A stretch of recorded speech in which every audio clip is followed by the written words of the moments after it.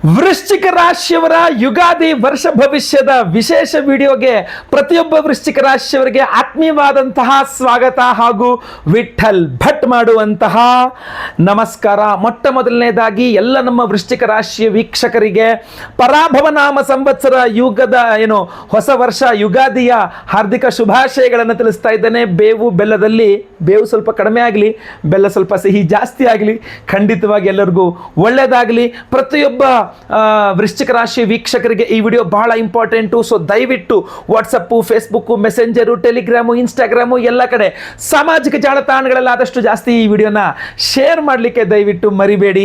ಯಾಕೆ ಅಂತಂದ್ರೆ ಪ್ರತಿಯೊಬ್ಬರಿಗೂ ಸಹ ಈ ವರ್ಷ ಭವಿಷ್ಯ ರೀಚ್ ಆಗಲಿ, ಅವ್ರಿಗೆ ಏನೇನು ಒಳ್ಳೆಯದಾಗಲಿದೆ ಅನ್ನುವಂಥದ್ದನ್ನ ಖಂಡಿತವಾಗಿ ಪ್ರತಿಯೊಬ್ಬರಿಗೂ ತಿಳಿಯಲಿ. ಆದಾಯ ವ್ಯಯ ಎಲ್ಲದನ್ನೂ ಸಹ ನಾನು ತಿಳಿಸಲಿದ್ದೇನೆ. ಬನ್ನಿ ವಿಡಿಯೋನ ಶುರು ಮಾಡೋಣ. ನೆನ್ಪಿಟ್ಕೊಳ್ಳಿ, ಫೇಸ್ಬುಕ್ಕಲ್ಲಿ ನೋಡ್ತಿದ್ದೀರಾ ಪೇಜ್ನ ಫಾಲೋ ಮಾಡ್ಲಿಕ್ಕೆ ಮರಿಬೇಡಿ, ಯೂಟ್ಯೂಬಲ್ಲಿ ನೋಡ್ತಿದ್ದೀರಾ ಚಾನಲ್ನ ಸಬ್ಸ್ಕ್ರೈಬ್ ಮಾಡ್ಕೊಳ್ಳೋಕೆ ದಯವಿಟ್ಟು ಮರಿಬೇಡಿ.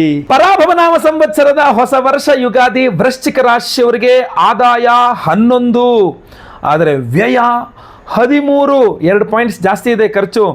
ರಾಜಮರ್ಯಾದೆ 5, ಅವಮಾನ 4, 1 ಪಾಯಿಂಟ್ ಅಷ್ಟೇ ಜಾಸ್ತಿ ಇರತಕ್ಕಂಥದ್ದು ರಾಜಮರ್ಯಾದೆ. ಇರಲಿ, ಹೀಗಿರಬೇಕಾದ್ರೆ ಸ್ಕ್ರೀನಲ್ಲಿ ನೀವೆಲ್ಲ ಕಾಣ್ತಾ ಇದ್ದೀರಾ. ಇದ್ರ ಜೊತೆಗೆ ವರ್ಷ ಭವಿಷ್ಯ ಏನು ಹೇಳಲಿದೆ ಅಂತ ನೋಡೋಣ. ಪರಾಭವ ನಾಮ ಸಂವತ್ಸರವು ವೃಶ್ಚಿಕ ರಾಶಿಯವರಿಗೆ ಮಿಶ್ರ ಫಲವನ್ನು ನೀಡುವಂತಹ ವರ್ಷ ಆಗಿರುತ್ತೆ. ಆದಾಯ ಮಾರ್ಗಗಳಿದ್ರೂ ಸಹ ಅನಿರೀಕ್ಷಿತ ಖರ್ಚುಗಳು, ಆದಾಯ ಇರುತ್ತೆ ಬಟ್ ಅನಿರೀಕ್ಷಿತವಾಗಿರತಕ್ಕಂತಹ ಖರ್ಚುಗಳು ಹೆಚ್ಚಾಗುವ ಸಾಧ್ಯತೆ ಜಾಸ್ತಿ ಇದೆ. ಮನೆ, ಆರೋಗ್ಯ ಅಥವಾ ಕುಟುಂಬದ ಅಗತ್ಯಗಳಿಗೆ ಹೆಚ್ಚಾಗಿ ನೀವು ಖರ್ಚು ಮಾಡ್ತಾ ಇರ್ತೀರಾ ಈ ಸಲ. ಆದ್ದರಿಂದ ಹಣಕಾಸಿನ ಯೋಜನೆಗಳು ಸ್ವಲ್ಪ ಜಾಸ್ತಿ ಹಾಕೊಳ್ಳಿ. ಹೊಸ ಹೊಸ ಯೋಜನೆ, ಇಲ್ಲಿ ಸೇವ್ ಮಾಡೋಣ, ಅಲ್ಲಿ ಸೇವ್ ಮಾಡ್ಕೊಳ್ಳೋಣ, ಈ ರೀತಿ ಸೇವ್ ಮಾಡ್ಕೊಳ್ಳೋಣ ಅಂತ ಉಳಿತಾಯದ ಕ್ರಮಗಳನ್ನು ನೀವು ಸ್ವಲ್ಪ ಕಟ್ಟುನಿಟ್ಟಾಗಿ ಪಾಲಿಸಬೇಕು. ಹೊಸ ಹೊಸ ಉಳಿತಾಯದ ಯೋಜನೆಗಳನ್ನು. ಉದ್ಯೋಗ ಕ್ಷೇತ್ರದಲ್ಲಿ ಬದಲಾವಣೆ ಸಾಧ್ಯತೆಗಳು ತುಂಬ ಜಾಸ್ತಿ ಇದೆ. ವರ್ಗಾವಣೆ ಅಂದರೆ ಟ್ರಾನ್ಸ್ಫರು, ಹುದ್ದೆ ಬದಲಾವಣೆ ಅಂದರೆ ನಿಮ್ಮ ಪೋಸ್ಟೇ ಚೇಂಜ್ ಆಗ್ತಕ್ಕಂಥದ್ದು. ಹೊಸ ಅವಕಾಶಗಳು ಕೂಡ ಸಿಗುತ್ತೆ ನಿಮಗೆ. ಮೇಲಧಿಕಾರಿಗಳೊಂದಿಗೆ ಮಾತುಕತೆ ನಡೆಸುವಾಗ ಬಹಳ ಸಹನೆ ಬೇಕು ನಿಮಗೆ, ನೈಜತೆ ಬೇಕು. ನಾನು ಏನು ಕೆಲಸ ಮಾಡ್ತಾ ಇದ್ದೀನಿ, ಯಾರ ಹತ್ರ ಮಾತಾಡ್ತಾ ಇದ್ದೀನಿ, ಇವ್ರ ಹತ್ರ ಹಿಂಗೆಲ್ಲ ಮಾತಾಡ್ಬಹುದಾ, ಇದೆಲ್ಲ ನೋಡಿ ಯೋಚನೆ ಮಾಡಿ ಮಾತಾಡ್ಕೊಳ್ಳಿ. ಯಾಕಂದರೆ ಪಂಚಮ ಶನಿ ಇರ್ತದೆ. ವ್ಯಾಪಾರಸ್ಥರಿಗೆ ಹಳೆಯ ಯೋಜನೆಗಳ ಪರಿಶೀಲನೆ ಮಾಡಿ ಮುಂದುವರಿಸೋದು ಲಾಭಕರ. ಅದೇ ಹಳೇದೇ ಮತ್ತೆ ಅದೇ ಬಿಸ್ನೆಸ್ ಮಾಡ್ತೀನಿ ಅನ್ನೋದಕ್ಕಿನ್ನೋ ಈಗ ಈ ಬಿಸ್ನೆಸ್ ಮಾಡಬಹುದಾ, ಅವಾಗಾದ್ರೆ ನಡೀತಿತ್ತು, ಇವಾಗ ಈ ಬಿಸ್ನೆಸ್ ನಡೆಯುತ್ತಾ, ಈ ಥರ ಹೆಚ್ಚು ಪರಿಶೀಲನೆ ಮಾಡಿಕೊಂಡು ಮುಂದುವರೆದ್ರೆ ಮಾತ್ರ ಲಾಭ ಬರ್ತದೆ. ದೊಡ್ಡ ಹೂಡಿಕೆಗಳು ಈ ವರ್ಷ ಹೆಚ್ಚು ಜಾಗೃತೆಯಿಂದ ಮಾಡಬೇಕು. ದೊಡ್ಡದಾಗಿ ಹೂಡಿಕೆಗಳು ಮಾಡಬಾರದು ಈ ವರ್ಷ ಅಂತ ತೋರಿಸ್ತಾ ಇದೆ. ಕುಟುಂಬದಲ್ಲಿ ಸಹಕಾರ ಮತ್ತು ಸಂಭಾಷಣೆ ಬಹಳ ಮುಖ್ಯ.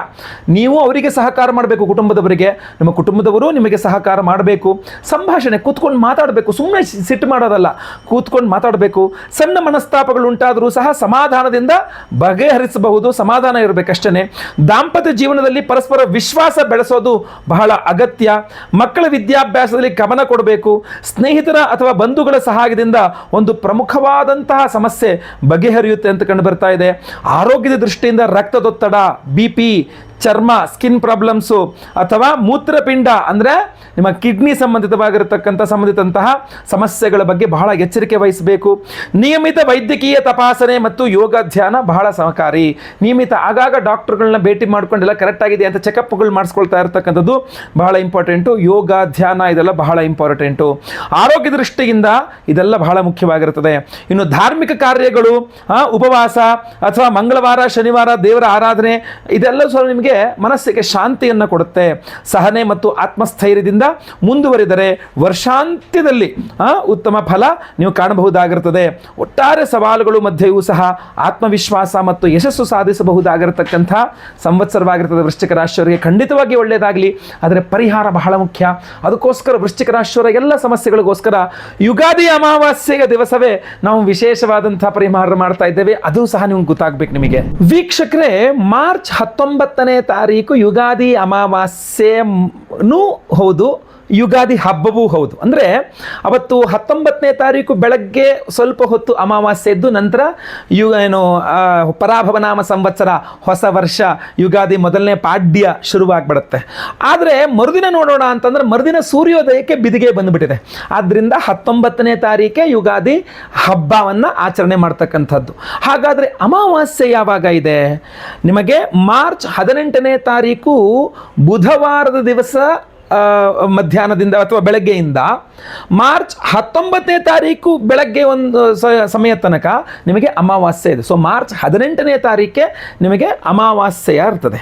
ಅಂದರೆ ಯುಗಾದಿ ಹಿಂದಿನ ಅಮಾವಾಸ್ಯೆ ಸಂಪೂರ್ಣವಾದ ಪ್ಯೂರ್ ಅಮಾವಾಸ್ಯೆ ಬೇಕು ಅಂದರೆ ನಿಮಗೆ ಮಾರ್ಚ್ 18ನೇ ತಾರೀಕು ಸಾಯಂಕಾಲ ಅಥವಾ ರಾತ್ರಿ ಪೂರ್ಣವಾಗಿರತಕ್ಕಂಥ ಯುಗಾದಿ ಅಮಾವಾಸ್ಯೆ ಅಂತ ಹೇಳ್ಬೋದು, ಯುಗಾದಿ ಹಿಂದಿನ ದಿವಸದ ಅಮಾವಾಸ್ಯೆ ಅಂತ ಹೇಳ್ಬೋದು. ಆದ್ದರಿಂದ ನಾವು ಅವತ್ತಿನ ದಿವಸ ಅಂದರೆ ಮಾರ್ಚ್ 18ನೇ ತಾರೀಕು ಬುಧವಾರ ಸಂಜೆ ಅಮಾವಾಸ್ಯೆಯ ಪೂರ್ಣ ಅಮಾವಾಸ್ಯೆಯ ಸಮಯದಲ್ಲಿಯೇ ನಿಮಗೆ ಇಡೀ ಪರಾಭವನಾಮ ಸಂವತ್ಸರದ ಎಲ್ಲ ಸಮಸ್ಯೆಗಳಿಗೆ, ಅದು ವಿಶೇಷವಾಗಿ ಈ ನೆಗೆಟಿವ್ ಎನರ್ಜಿ, ಮಾಟಮಂತ್ರ, ದೃಷ್ಟಿದೋಷ, ಶತ್ರುಬಾಧೆ, ಈ ಥರದ ಎಲ್ಲ ಸಮಸ್ಯೆಗಳು, ಕೋರ್ಟು ಕಚೇರಿ ಇತ್ಯಾದಿ ಎಲ್ಲ ಸಮಸ್ಯೆಗಳಿಗೆ ವಿಶೇಷವಾದ ಪರಿಹಾರವನ್ನು ನಾವು ಮಾಡ್ತಾ ಇದ್ದೇವೆ. ಅವತ್ತಿನ ದಿವಸವೇ ನಾವು ಶತ್ರು ನಿಗ್ರಹ ವಾರಾಹಿ ಹೋಮವನ್ನು ಮಾಡ್ತಾ ಇದ್ದೇವೆ. ನೋಡಿ, ಯುಗಾದಿ ಅಮಾವಾಸ್ಯೆ ಪರ್ವ ದಿನದಂದು, ಅದು ಅಮಾವಾಸ್ಯೆ ಪರ್ವ ದಿನದಂದು ಶತ್ರು ನಿಗ್ರಹ ವಾರಾಹಿ ಅಮ್ಮನವರ ಆರಾಧನೆ ಇದೆಯಲ್ಲ, ನಿಮ್ಮ ಎಲ್ಲ ಶತ್ರುಗಳನ್ನು ನಿಗ್ರಹಿಸುವಂತಹ, ಅವರನ್ನ ಕಂಟ್ರೋಲ್ ಮಾಡ್ತಕ್ಕಂಥ ಒಂದು ಶಕ್ತಿ ನಿಮಗೆ ಕೊಡಲಿದೆ ಅಂತ. ಯಾಕೆಂದ್ರೆ ನಾವು ಮನುಷ್ಯನನ್ನು ಹಿಡ್ಕೋಬಹುದು, ಮನುಷ್ಯನ ಮನಸ್ಸನ್ನು ಹಿಡ್ಕೊಳ್ಳೋಕ್ಕಾಗಲ್ಲ. ಅವನ ಮನಸ್ಸಲ್ಲಿ, ನಿಮ್ಮ ಶತ್ರುಗಳ ಮನಸ್ಸಲ್ಲಿ ನಿಮ್ಮ ಬಗ್ಗೆ ಏನು ನಡೀತಾ ಇದೆ, ನಿಮಗೆ ಬೆನ್ನಿಗೆ ಚೂರಿ ಹಾಕುವ ವ್ಯವಸ್ಥೆ ಎಲ್ಲ ವ್ಯವಸ್ಥೆ ಮಾಡ್ಕೊಳ್ತಾ ಇದ್ದಾರಾ, ನಿಮಗೆ ಮೋಸ ಮಾಡುವ ವ್ಯವಸ್ಥೆಯನ್ನು ಮಾಡ್ಕೊಳ್ತಾ ಇದ್ದಾರಾ, ಅಥವಾ ಎದುರೇ ಬಂದು ನಿಮ್ಮನ್ನ ಎದುರಿಸುವಂತ ಪ್ರಯತ್ನ ಮಾಡ್ತಾ ಇದ್ದಾರಾ ಗೊತ್ತಿಲ್ಲ. ಸೊ ಆದ್ರಿಂದ ಈ ವಿಚಾರವಾಗಿ ಶತ್ರು ನಿಗ್ರಹ ವಾರಾಹಿ ಹೋಮವನ್ನು ಮಾಡಿದರೆ, ಅದು ಯುಗಾದಿ ಅಮಾವಾಸ್ಯೆ ಪರ್ವದಿನದಂದೇ ಮಾಡ್ಕೊಬಿಟ್ರೆ ನಿಮಗೆ ಈ ಒಂದು ಯೋಚನೆ ಇರೋದಿಲ್ಲ, ಸಮಸ್ಯೆನೇ ಇರೋದಿಲ್ಲ, ಚಿಂತೆನೇ ಇರೋದಿಲ್ಲ.